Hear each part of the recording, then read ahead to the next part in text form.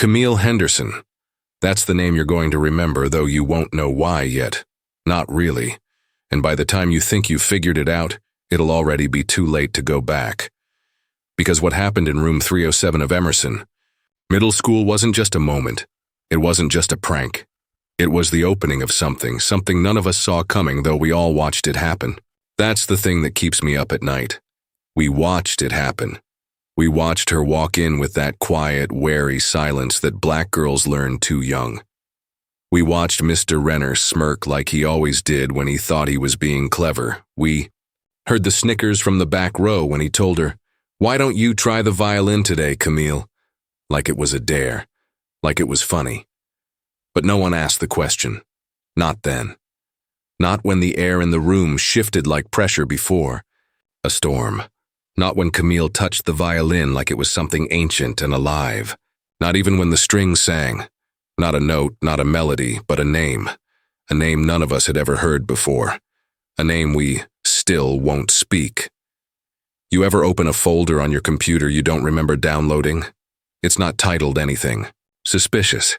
Just something simple. Harmless. And yet, once you click, something cold creeps through you like a draft from a door you thought was locked. That's what this story feels like.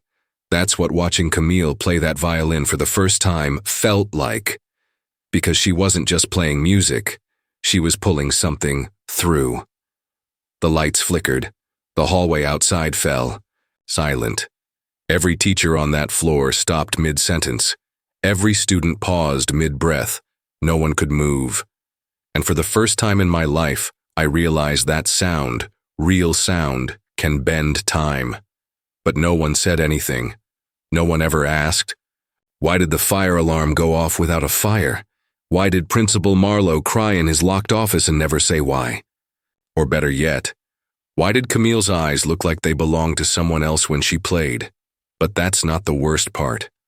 The worst part was what happened a week later, when her violin vanished from the locked band room. When Mr. Renner stood in front of his class, pale and shaking, and tried to speak, his mouth opened. Nothing came out, until he turned slowly to the window, trembling like he was about to say something that had been buried a long, long time. We all leaned forward, just waiting, needing to know. And then he whispered something so low, only Camille heard it. Her face changed. She didn't speak. She didn't cry. She just stood up, walked to the front of the room, took the exact same violin that had vanished, and started to play. And when she did, the room tilted. Literally tilted. Chairs scraped. Desks shifted. And Mr. Renner? Mr. Renner started screaming. But that's not even what broke reality, because the moment he screamed, the intercom turned on by itself. The static buzzed, and a voice came through, low, gravelly, impossible. It said only one thing. She remembers the fire. No one moved, no one breathed, and when we looked back, Camille was gone.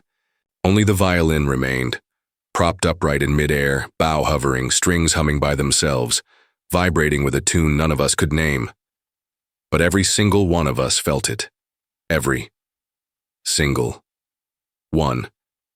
A tune from a place we had no right to hear, and then the school clocks rewound themselves, all of them 33 minutes, exactly 33. That's when we knew. This wasn't a prank, this wasn't a joke, and Camille? She wasn't just a girl with a violin, she was the answer to a question no one had ever dared to ask, until now. The seconds after the clocks rewound didn't feel like time at all. They felt like the space between one heartbeat and the next, stretched thin until it threatened to snap. But when the chaos faded, the silence that remained wasn't peaceful. It was wrong. The room smelled faintly of burnt wood and something metallic, like a memory half remembered but locked tight beneath your skin. And Camille. She was gone, but no one could say for sure if she had ever been truly there. Because the strangest thing about that day, what they don't want you to remember, is that not a single video camera in the school caught it. Not one. All the security footage from that hour was wiped clean, like it had never existed, erased from every hard drive and backup server, And yet the whispers lingered, crawling under your skin, insisting something had changed, something had fractured. But was it reality, or something inside our minds breaking apart? You start hearing things then. Soft glitches in the audio when you replay the school announcements, faint static noises where voices should be, snippets of words you swear weren't there before, like the world was trying to tell you something just beyond reach. I remember walking through that hallway days later, and the fluorescent lights flickered so violently it felt like my vision was stuttering, like the whole building was struggling to hold itself together. And then there was Marcus, the new kid with those cold, calculating eyes who showed up the day after Camille disappeared. Marcus who claims he saw everything, but with every story he told, the details shifted, changed, and when pressed, his eyes darted away like he was hiding something bigger than the truth. Was he part of it? Or was he just as lost as the rest of us, caught in a web of memories that weren't his own? What's worse is how quickly those memories start to fail you. You'll swear you remember the violin's melody perfectly, the haunting, impossible tune, but when you try to hum it, it dissolves into nothing. Conversations you had with people that day don't match their own recollections, as if everyone's mind is a puzzle missing the same pieces. And sometimes when you're alone, you'll catch a glimpse of something in the mirror, an echo of Camille's face, or maybe your own twisted by fear, and you'll wonder if it's real or just the shadow of your own unraveling sanity. There are nights when I wake up convinced that voice from the intercom, the one that said she remembers the fire, is still whispering beneath the static of my radio, a message meant only for me, or maybe for no one at all. No one talks about the fire, not really, not in detail. It's a word thrown around in hushed tones, something like a myth or a secret buried so deep that trying to dig it up feels like inviting madness in. Camille never mentioned it, and yet every time you look at the empty chair she left behind, it feels like she's still trying to tell you something she can't say out loud. Marcus claims it all started long before she picked up that violin, that the fire wasn't an accident, that some part of the school's history was rewritten to cover up what really happened. But how much of that is truth, and how much is just another layer of the fog swallowing our minds? You find yourself wanting to believe, and fearing the moment when believing means losing everything you thought was real. So now, every creak in the floorboards feels like a secret, every shadow in the hallway a warning, and every heartbeat a countdown. Because what happened in room 307 may have been the beginning, or it may have been a symptom, a crack in the fragile glass between what we call reality and what we can't explain. And maybe the most terrifying truth of all is that no one knows which side of that glass we're really on. The night I thought I had the answer, I swore I could finally breathe again. Camille's violin, the vanished girl, the whispered warnings, they all seemed to fall into place like a puzzle clicked shut. Marcus found an old journal buried beneath the floorboards of the band room during after-school cleanup. Yellowed pages full of frantic scrawl, and sketches of the violin, the school, and a fire that had been all but erased from every history book. The entries spoke of a student who disappeared decades ago, Evelyn Moore, another black girl, another violin, another secret smothered by silence. It was a hidden truth no one ever talked about, a memory glitch locked inside the walls of Emerson Middle School. Marcus said, "Look, this is it. It's all connected. Camille's not crazy. We're not crazy. They lied to us." For the first time, the mystery uncovered felt like real ground beneath my feet, solid and undeniable. It was as if the past was reaching through the fog, pulling back the curtain to show us the truth hiding in plain sight. But that feeling, that desperate relief, it was a lie. Because as I flipped through the pages late that night, something inside me twisted. A phrase caught my eye, half smudged but sharp enough to pierce through the haze. They watch through the strings. I blinked, reread it. Then my phone buzzed, an incoming call from a number I didn't recognize. No ringtone, just static. I answered. The voice was low, barely a whisper, but clear. They never left. They're still here. The line went dead before I could say a word. That's when the memories started folding over themselves like paper in a wind tunnel. I remembered a time, years ago, a faint flickering fragment, a summer night when my own violin teacher vanished without a trace after telling me to listen for what's not being played. The chill of that memory felt freshly imprinted, as though it had been buried beneath layers of forgetfulness, waiting for this moment to surface. The deeper I dug, the more I realized the danger wasn't just in the past or in Camille's disappearance. It was here, lurking inside us, inside the school's walls, inside the very air we breathe, a presence that had been watching from the beginning, invisible yet intimate, as if it had stitched itself into the fabric of our minds and memories. It wasn't a thing with a name or a face. It was a weight pressing down on our senses, a distortion of reality that made you question what you saw, what you heard, what you felt. The fear was psychological and atmospheric, like a fog creeping in under your door, seeping into your dreams, infecting your thoughts with doubt so sharp it cut, deeper than any scream. And just when I thought I was safe, when the pieces fit and the story made sense, the journal slipped from my hands, pages scattering across the floor. One page stood out, a photo, blurry and distorted, showing a girl playing violin. Except the face was mine. But I have no memory of that moment. No memory of the fire. No memory of being watched, whispered to, or vanished. The photo was dated last week. That's when everything shattered. If what you've seen so far feels like a puzzle, now it feels like the edges are blurring, the picture warping in front of your eyes. The truth isn't just hidden, it's actively rewriting itself. And the story you thought you understood. You're going to have to watch it all again because the deeper you look, the more you realize that maybe, just maybe, you're not crazy. They lied to you. The weight of that photograph pressed against my chest like a stone, but it wasn't. Just my own breath that quickened. Something else stirred in the shadows of my mind, a signal that I wasn't alone in this fractured reality. The truth, it seemed, was never meant to be uncovered by one person alone. From the first moment Camille's violin cried through those empty halls to the fragments of memories I thought were mine, others have been silently watching, waiting. Whispers, in the static, shadows at the edge of your vision. Voices only heard when the world slips quiet. They are out there, connected to the same tangled web of secrets, bound by something that defies explanation but feels all too real.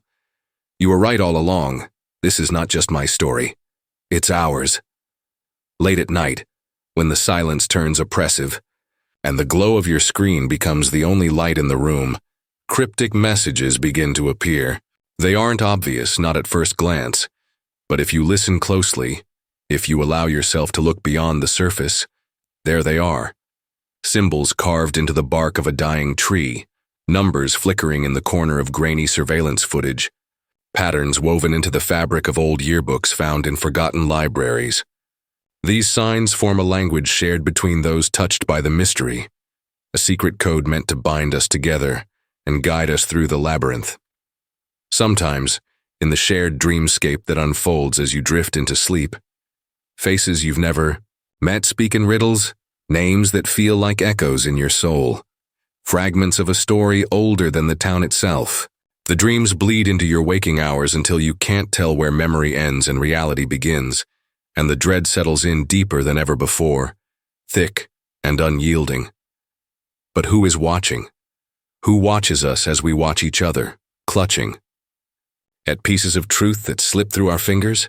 From the dark corners of this mystery emerges a third voice, an observer who doesn't speak in riddles, but with piercing clarity.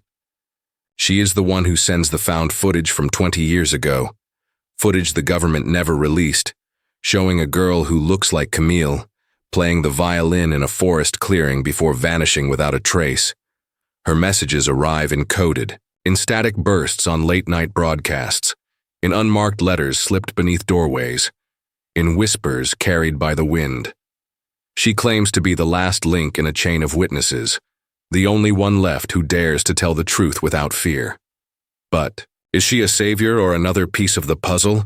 a keeper of secrets more dangerous than the ones we seek to unravel. The deeper you dive, the more you realize that identity is a fragile construct, easily shattered and rewritten. Memories flicker like broken film reels, shifting scenes that make you doubt everything you thought you knew about yourself and the world around you. Who are you when the past is a lie and the present a carefully crafted illusion? What control do we truly have when our minds betray us, when the very essence of our being is manipulated by forces hidden in the shadows? Every glance in the mirror becomes a question, every familiar face a potential stranger. The boundaries between observer and observed blur until it's impossible to tell who holds the power, who's pulling the strings, or even if strings exist at all. This isn't just a mystery, it's an awakening, a dark invitation into a world where nothing is as it seems, and everything you trust could be a fabrication. The conspiracy is alive, breathing through the cracks in your reality, and it's waiting for you to step deeper into the fold. The answers are close, but so are the dangers. The question is no longer whether you want to know the truth. It's whether you're ready to face what happens when the truth fights back. The night stretches on, thick with anticipation and shadows that move just beyond sight. And somewhere, in the silence, the observer's voice echoes once more, a promise and a warning entwined. They've been here all along. And now, so are you. The moment hit me like a cold wave crashing against a fragile shore, raw, unrelenting, impossible to ignore. It wasn't about the violin, Camille's disappearance, or even the cryptic symbols anymore. It was about why all of this had woven itself into my life, into our lives. What had forced these fractures in reality, these broken memories, these shadows lurking just beyond our sight. I sat alone in that dim room where the faded journal lay open, the words blurring as my mind unraveled, grappling not with what had happened, but with the terrifying truth of why it happened. And in that crushing silence, I understood. This mystery wasn't just a puzzle to be solved. It was a mirror held up to the deepest parts of what it means to be human. Fear, hope, memory, identity. The desperate need to be seen and understood, even when the world itself seems to forget you. The question that had haunted me for weeks spiraled into something unbearable. Was this force, whatever it was, that pulled us into this web a malevolent presence? Or was it something more primal, something rooted in the fractures of our own humanity? Could it be that the real terror wasn't outside us but inside, the parts of ourselves we hide, the memories we bury, the pain we refuse to face? Camille's violin wasn't just an instrument, it was a voice crying through the silence, a symbol of what we lose when we let fear silence the truth inside us. And as the lines between reality and illusion blurred, I faced a choice that threatened to shatter everything, to embrace the truth fully, even if it meant losing what was left of myself, or to turn away, bury the knowledge deep, and live in the comfortable darkness of ignorance. In the stillness, I whispered the confession I'd been holding like a secret wound. I was afraid of what I might find if I peeled back the last layers, afraid of losing myself in the process. But fear wasn't a weakness. It was a reminder that I was alive, that I still had the power to choose. The tension built not in the revelation, but in the acceptance that the real mystery was not the story we'd uncovered, but the human struggle to face our own shadows without breaking. And in that moment of vulnerability, the line between destruction and salvation blurred. I realized that to confront this darkness was to wake up from a dream I didn't know I was trapped in, to see the world with new eyes even if it meant losing the life I thought I knew. The air grew heavy with unsaid words as the night folded around me. There was no final answer, only the haunting promise that the truth was still unfolding, still watching, still waiting to test every part of who we are. This was not an ending, but a beginning, a terrifying awakening into a reality where certainty was a lie, and the only thing real was the fragile light of choice flickering in the dark. And as you sit there, caught in the echo of this moment, remember this: some truths don't want to be found. Thank you for watching. Don't forget to like, share, and subscribe for stories you were never meant to hear. Until next time, remember, some truths don't want to be found.